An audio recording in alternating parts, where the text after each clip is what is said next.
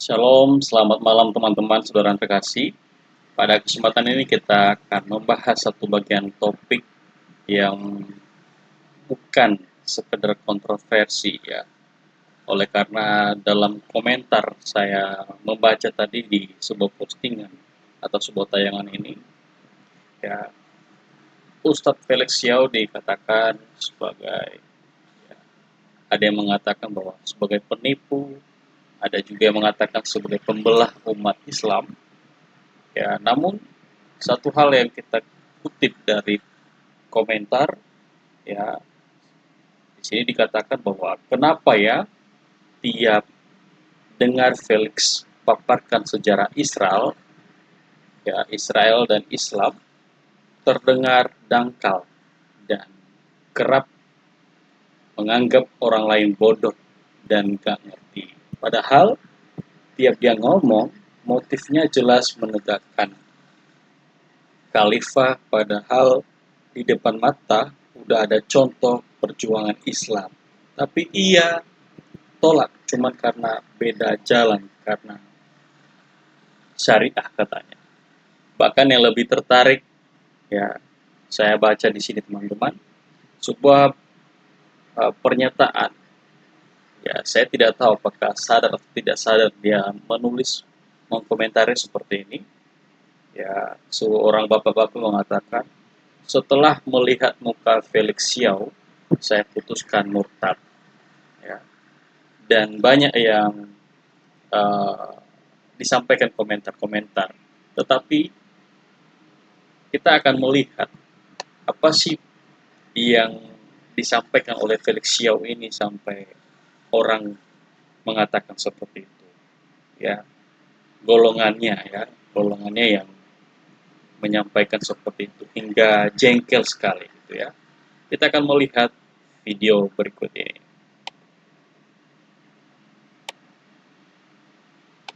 Dalam ceramah yang viral belakangan ini, Felix Xiao mengeluarkan sebuah pernyataan yang kontroversial. Ia menyamakan dukungan Iran terhadap Palestina dengan bantuan non-Muslim kepada Baitul Maqdis. Ia menyebut, jangan baper, biasa saja. Seolah-olah ia menyamakan Iran dengan pihak luar umat Islam adalah hal yang lumrah.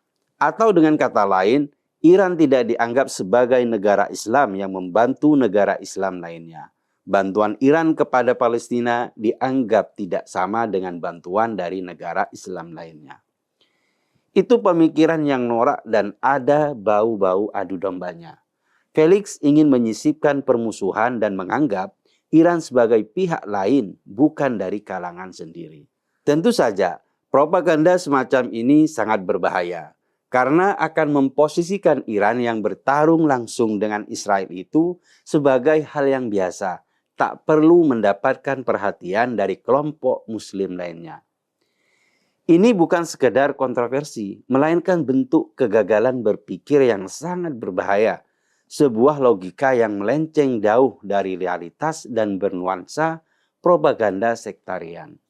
Pernyataan Felix mengandung banyak distorsi, mulai dari menafikan kontribusi Iran terhadap Palestina, menyederhanakan konflik Iran-Israel sebagai semata respon atas serangan, hingga menarik analogi sejarah Sirus Agung untuk mendiskreditkan Republik Islam Iran.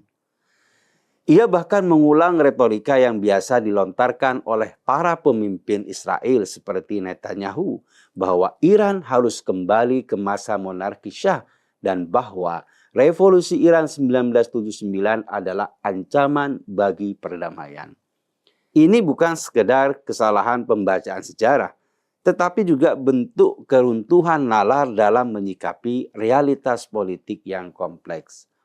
Bagaimana bisa seseorang yang selama ini dikenal sebagai penentang Barat dan penjajahan seperti Felix, kini justru menggemakan narasi Zionis tentang Iran? Iran hari ini bukan Persia kuno. Republik Islam Iran lahir dari revolusi 1979 yang menumbangkan rezim pro-Amerika Shah Pahlavi. Revolusi ini dipimpin oleh Ayatullah Khomeini dengan satu semangat, menentang imperialisme. Sejak itu, Iran memutus hubungan dengan Israel dan Amerika Serikat, bahkan mengubah kedutaan Israel di Teheran menjadi kantor perwakilan Palestina. Tindakan ini bukan simbolisme kosong, ini adalah penegasan posisi. Iran tidak hanya berbicara, tapi juga bertindak. Dari pelatihan militer, dukungan finansial, hingga transfer teknologi persenjataan untuk Gaza. Ini semua dihapus oleh Felix hanya dengan satu kalimat, Iran menyerang karena diserang. Apakah tindakan-tindakan itu tidak mencerminkan keberpihakan? Mengapa fakta-fakta ini tak masuk dalam kalkulasi Felix? Sebab dalam logika sempitnya, perbedaan madhab lebih berbahaya daripada penjajahan. Dalam pandangannya, Syiah tak lebih baik daripada non-Muslim. Maka ketika Iran yang mayoritas Syiah membantu Palestina, dukungannya dianggap tidak tulus atau bahkan dicurigai sebagai agenda politik semata. Felix juga dengan enteng menyeret nama Cyrus Agung, Raja Persia yang memberi izin kepada orang Yahudi untuk kembali ke Yerusalem dan membangun kembali kuil mereka. Ia menyebut Cyrus sebagai penyembah api dan menuduh Iran hari ini sebagai penerusnya. Padahal kebijakan Cyrus murni taktik kolonial, mengelola wilayah taklukan dengan memberi kebebasan beragama agar stabilitas tetap terjaga. Tidak ada solidaritas spiritual, tidak ada persekutuan ideologis.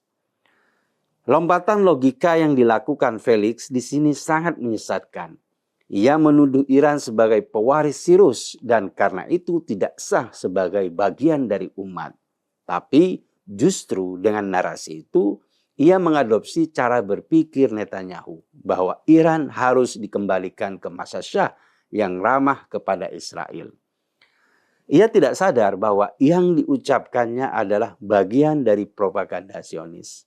Ironisnya, ketika negara-negara Sunni seperti Arab Saudi, Uni Emirat Arab dan Bahrain menjalin hubungan dengan Israel, membuka jalur dagang, mencetak visa bisnis, membangun hotel bersama pengusaha Tel Aviv, Felix tidak bersuara.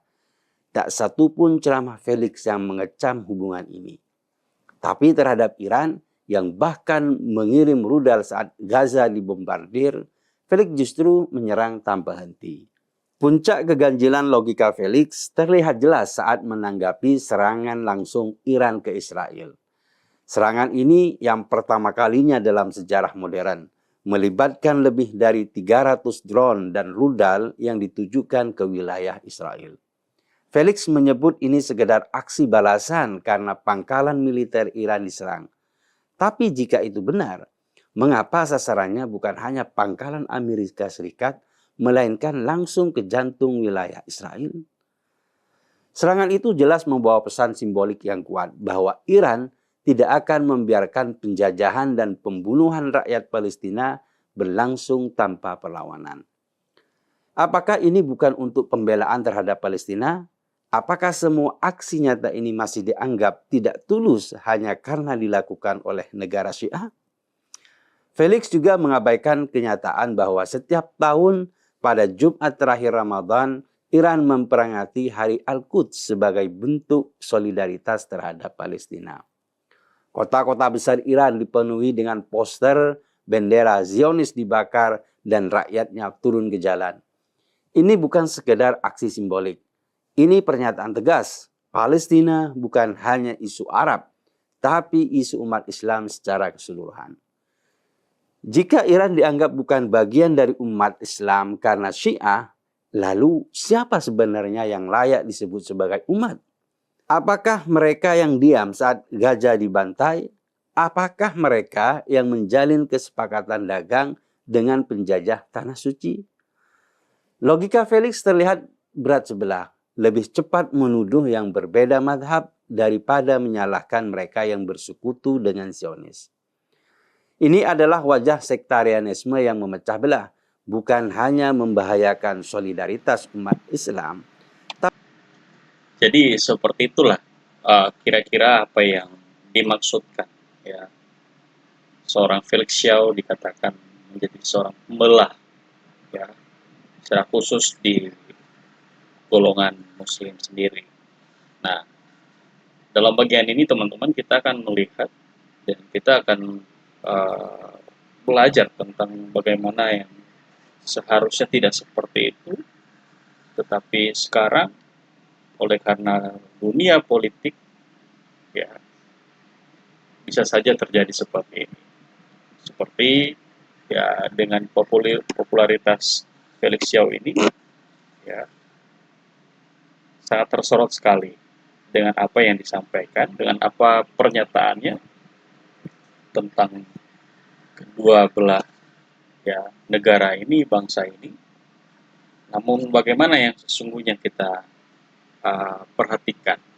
Nah, saya mau ajak kita teman-teman semua untuk melihat ya bangsa Israel, bangsa Iran, dan juga Palestina ataupun Amerika yang saat ini sedang gentar-gentarnya ya saling berperang. Nah, kita mau berdoa untuk mereka. Kita doakan supaya perdamaian ya secepatnya terjadi di antara mereka supaya orang-orang yang di sana yang menderita boleh merasakan sukacita. Demikian saja teman-teman. Bagaimana tanggapan teman-teman? Silakan komentar dan jangan lupa like dan subscribe ya. Tuhan Yesus memberkati kita semua.